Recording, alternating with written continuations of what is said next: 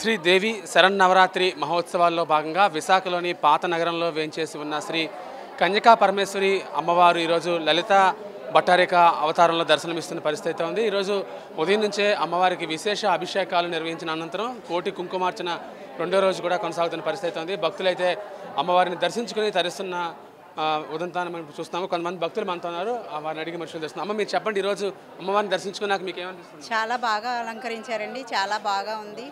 ఎక్కడ కూడా ఇలా జరగదు. అన్ని ప్రసాదాలు నైవేద్యాలు అంతా బాగా చేస్తున్నారు.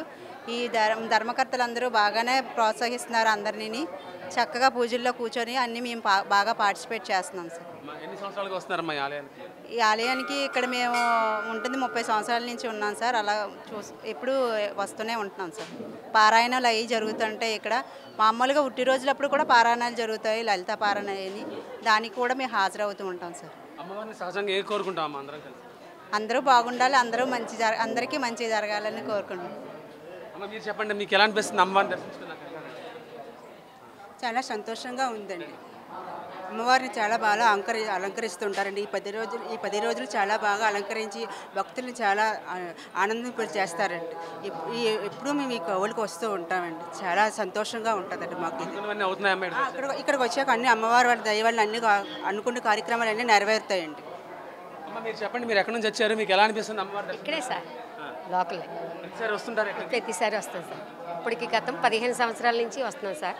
అంతా బాగానే జరుగుతుంది. అంతే పూజలు కూడా చాలా బాగా చేస్తారు. అంత అమ్మవారిగా అమ్మవారి దర్శనం ఇచ్చారు కదా, బాగానే అనిపించింది సార్. మీరు చెప్పండి అమ్మా. బాగానే ఉంటుందండి ఇక్కడ, అంతా బాగానే ఉంది. వాళ్ళు ఏంటమ్మా లలిత అమ్మవారిగా అమ్మవారి దర్శనం ఇచ్చారు కదా, చాలా చాలా బాగుందండి, చాలా బాగుంది. మీరు చెప్పండి అమ్మా. లలితాదేవి అమ్మవారు దర్శనం అండి ఈవేళ చాలా బాగా జరిగింది. కుంకుమ పూజలే చేసాం, చాలా బాగుంది. తరచుగా వస్తుంటారు ఆలయానికి? వస్తుంటామండి, తరచుగా వస్తుంటాం. ఆలయ నిర్వాహక కమిటీ సభ్యులు ఉన్నారు, బాబురావు గారు. సార్, మీరు చెప్పండి, ఈ నవరాత్రి ఉత్సవాలు ఎలా జరుగుతున్నాయి మన ఆలయంలో? జై వాసవి అండి. నా పేరు వెదులపల్లి బాబురావు. నేను ఆలయ సంఘానికి పిఆర్ఓగా వ్యవహరిస్తున్నాను.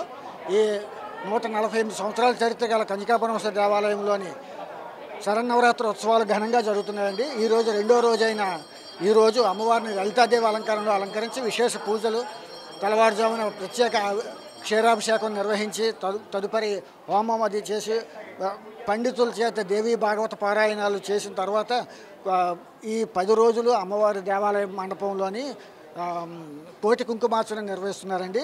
ఈరోజు రెండవ రోజు కోటి కుంకుమార్చన నిర్వహిస్తున్నారు. కోటి కుంకుమార్చన నిర్వహిస్తున్న భక్తులందరికీ మధ్యాహ్న భోజన మహాప్రసాదం అందజేస్తున్నారు.